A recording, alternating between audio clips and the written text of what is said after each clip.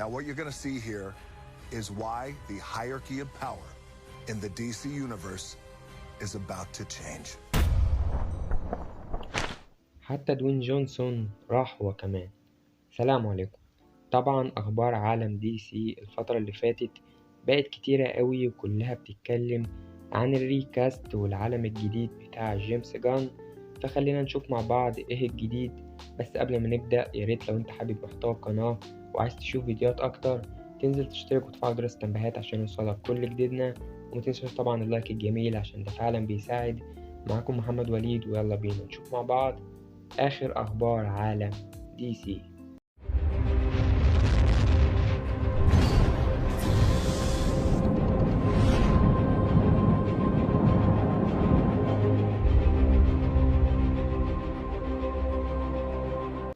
طيب، بعد الأخبار اللي طلعت اليومين اللي فاتوا بقى متوقع إننا كل يوم هنودع شخصية جديدة، والمرة دي الدور إجا على بلاك آدم بعد ما طلع دوين جونسون وأكد إنه مش موجود في الخطة الجديدة أو على الأقل في المرحلة الأولى من العالم الجديد. وخلينا فاكرين الجملة دي كويس عشان هنرجع لها بعدين.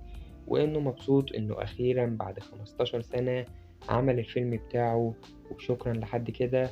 طبعا بالنسبة لواحد لسه مودع سوبرمان من أسبوع تقريبا مش متأثر قوي على بلاك آدم.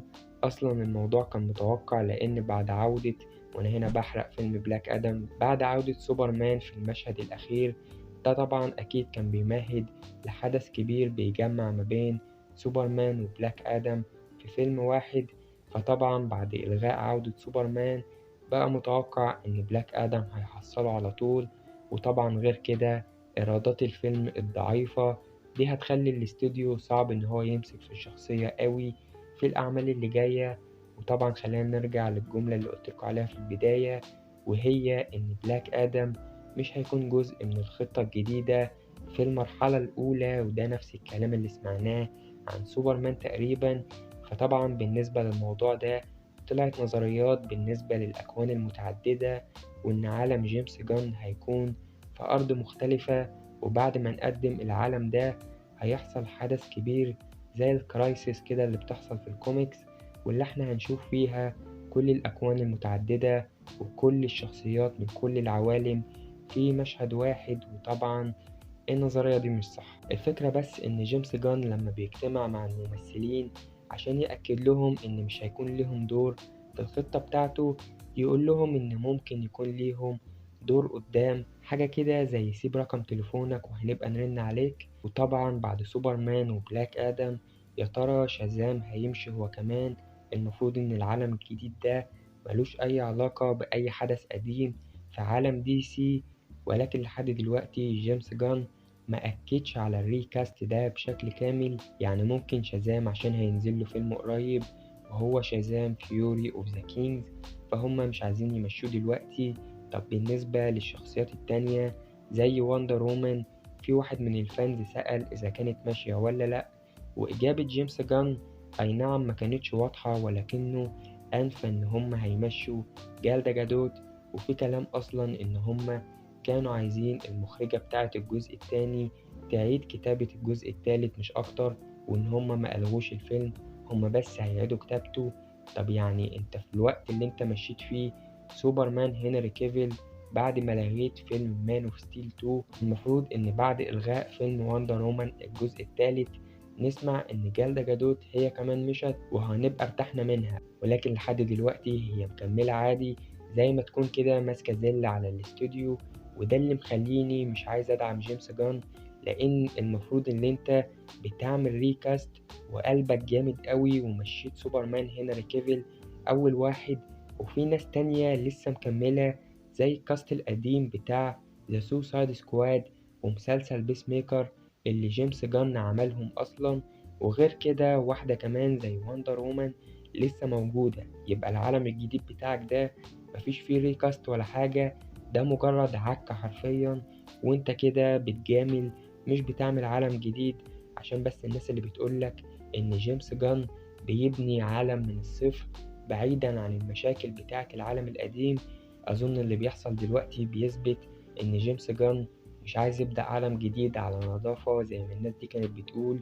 وإن هو بس بيجامل مش أكتر الناس اللي تبعه والناس اللي اشتغل معاهم.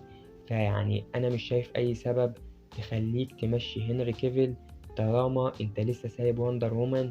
وده اللي مخليني مش متحمس للخطة الجديدة، لأني مش متحمس لفيلم سوبرمان الجديد، وأنا واحد شايف إن حرام واحد زي هنري كيفيل يمشي. ومش متحمس لفكرة اللي احنا هنقدم باتمان جديد واحنا لسه مقدمين واحد السنة دي أصلا. وفكرة إن عالم جيمس جان هيبدأ من الصفر لحد دلوقتي مش واضح إن هي صح. فأنا شايف إن الوقت اللي احنا بنقضيه مع جيمس جان ده كله مضيعة للوقت، والمفروض إن ديفيد سازليف يتصرف، لأن لحد دلوقتي الراجل ده مش شايف اللي الجمهور شايفه. يعني على الأقل طلع الخطة بتاعتك للنور وشوف الناس هتوافق عليها ولا لأ. إنما لحد دلوقتي جيمس جان مش بيأكد أي حاجة، حتى على مستوى الريكاست والعالم الجديد بتاعه لسه مفيش أي حاجة واضحة. الراجل حرفيا مش عارف يتعامل حتى مع الجمهور، وبيطلع وبيقول عليهم إن هما توكسيك فان، يعني مش عارف حتى يهدي الناس أو يمتص غضبهم. فأنا مش شايف أي سبب يخليه يكمل العك اللي هو ماشي فيه ده لحد دلوقتي، لأنه فعلا ما أثبتش أي حاجة. يعني حتى الأعمال اللي عملها مع دي سي مش مقياس إن هو يكمل أو يمسك خطة كبيرة زي دي. فأنا شايف إن حرام اللي بيحصل ده، عالم دي سي بيتدمر ومفيش فيه أي حاجة مبشرة بتحصل لحد دلوقتي. فيعني أتمنى إن احنا نخلص من الكابوس ده في أسرع وقت. وطبعا زي ما قلت الفيديو اللي فات، هيفضل رأيي زي ما هو بالنسبة لجيمس جان لحد لما نشوف الخطة الجديدة، وممكن ساعتها نبقى نشوف أو نصبر على الراجل ده. ولكن لحد دلوقتي اللي بيحصل ده عك، انت بتمشي ناس مهمة جدا وليها دور مهم، وسايب ناس ملهاش أي دور وملهاش أي لازمة. فأنا مش فاهم انت عايز تعمل ايه، ومش عايز أعرف لحد دلوقتي الخطة الجديدة دي هتمشي ازاي لحد لما نشوف في بداية السنة الجديدة. بس كالعادة ده مجرد رأيي، أتمنى إن انتوا تسيبولي تحت رأيك في الكومنت، ممكن أطلع غلطان. وفي النهاية كالعادة لو حبيت محتوى القناة وعايز تشوف فيديوهات أكتر، ياريت تنزل تشرفنا تحت وتشترك وتفعل جرس التنبيهات عشان يوصلك كل جديدنا. وما تنساش طبعا اللايك الجميل عشان ده فعلا بيساعد. كالعادة كان معكم محمد وليد، أشوفكم على خير الله في الحلقات اللي جاية. سلام.